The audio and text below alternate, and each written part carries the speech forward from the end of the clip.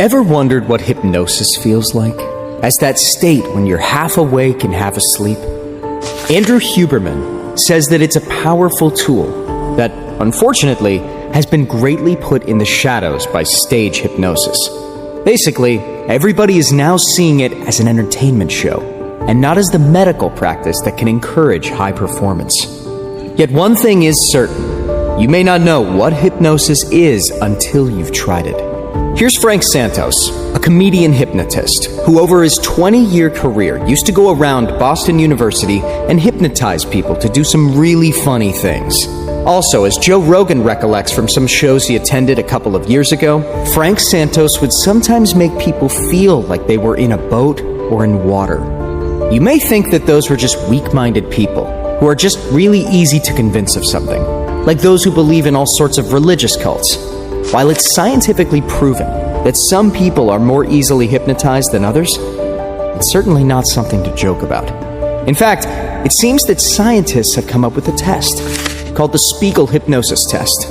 Basically, you just have to look at the ceiling and afterwards close your eyelids. Look up at the ceiling, and you're gonna look, and now now close your eyelids.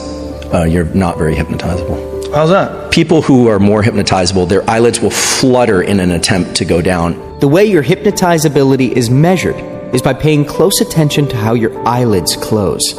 So people who are more hypnotizable will flutter their eyelids when making them go down. This is explained by the fact that hypnosis implies an ability to go into deep, relaxed states. Some people's autonomic nervous system gets locked in a state of more attention and of higher levels of alertness, or, as opposed to this, of higher levels of sleepiness. This is similar to those moments when you are feeling really stressed out. Time and basically everything around you looks and feels differently than the time when you're in the other extreme, a state of sleep, when space and time are non-existent, when everything is fluid. So while for some people it's easier to go back and forth between these two extreme states, others might find it really difficult to de-stress, for example. That is why some people are not easy to hypnotize, because their autonomic nervous system is just not willing to let go and enter those deep, relaxed states. So the fluttering of the eyelids when getting them to go down is actually reflective of a peripheral nerve that originates in the brainstem as a central part of the autonomic nervous system. You may not know it, but your two eyes are entirely independent of your brain. They're not connected to it. In fact, these eyes you use to see the world around you are two pieces of your brain that during development got squeezed out of the skull and got placed outside it. So maybe saying that the eyes are the window to the soul doesn't make too much sense now. Better yet, eyes are your brain. So when a hypnotist looks into your eyes, by the size of your pupils, he can tell whether your system is willing to go easily from an alert state to a deep and relaxed one. This is why, by looking into someone's eyes, or better said, when you look at how someone is focusing their eyes, you might be able to tell a lot about that person. For example, if you're about to do something that is really important to you, your pupils will change shape. Basically, your eyes are brought inward, which triggers a certain neural circuit to increase levels of autonomic arousal. This, as a result, makes your system turn to those resources that fuel you, so that you're able to go through whatever intense and important thing you have to do. This is called the Cyclops Vision Soda Straw View, because you only see one thing and one thing only. If we are in Cyclops Vision Soda Straw View, it changes the way we perceive time.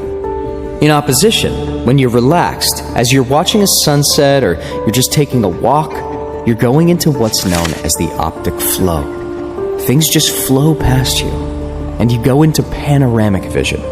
This means that you get out of that limited way of seeing the world, and you start to see the corners of the room, the ceiling, and the floor. Therefore, you can tell a lot about a person once you notice whether they are in the Cyclops Vision Soda Straw View or in the panoramic vision. So when the Cyclops Vision Soda Straw View is on, you tend to do two things. One is that you get more focused on what's going on inside of you versus outside of you. It's a moment where your brain does interoception, meaning that you perceive sensations from inside your body. And when you're stressed out, time goes by really slowly. Think of people surviving car accidents.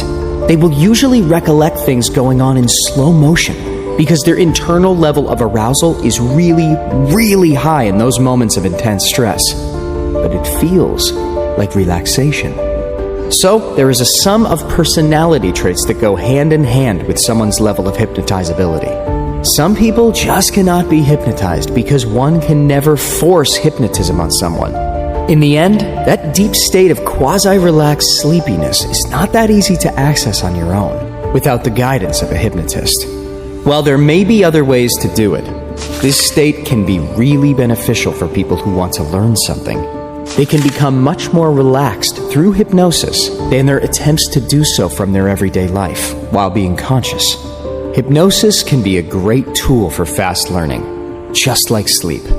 Many researchers like Matt Walker and Will Dement at Stanford have already shown that the easiest way to make someone go insane and not be able to do any mental operations is to sleep deprive them. So maybe now is the time to look at hypnosis differently.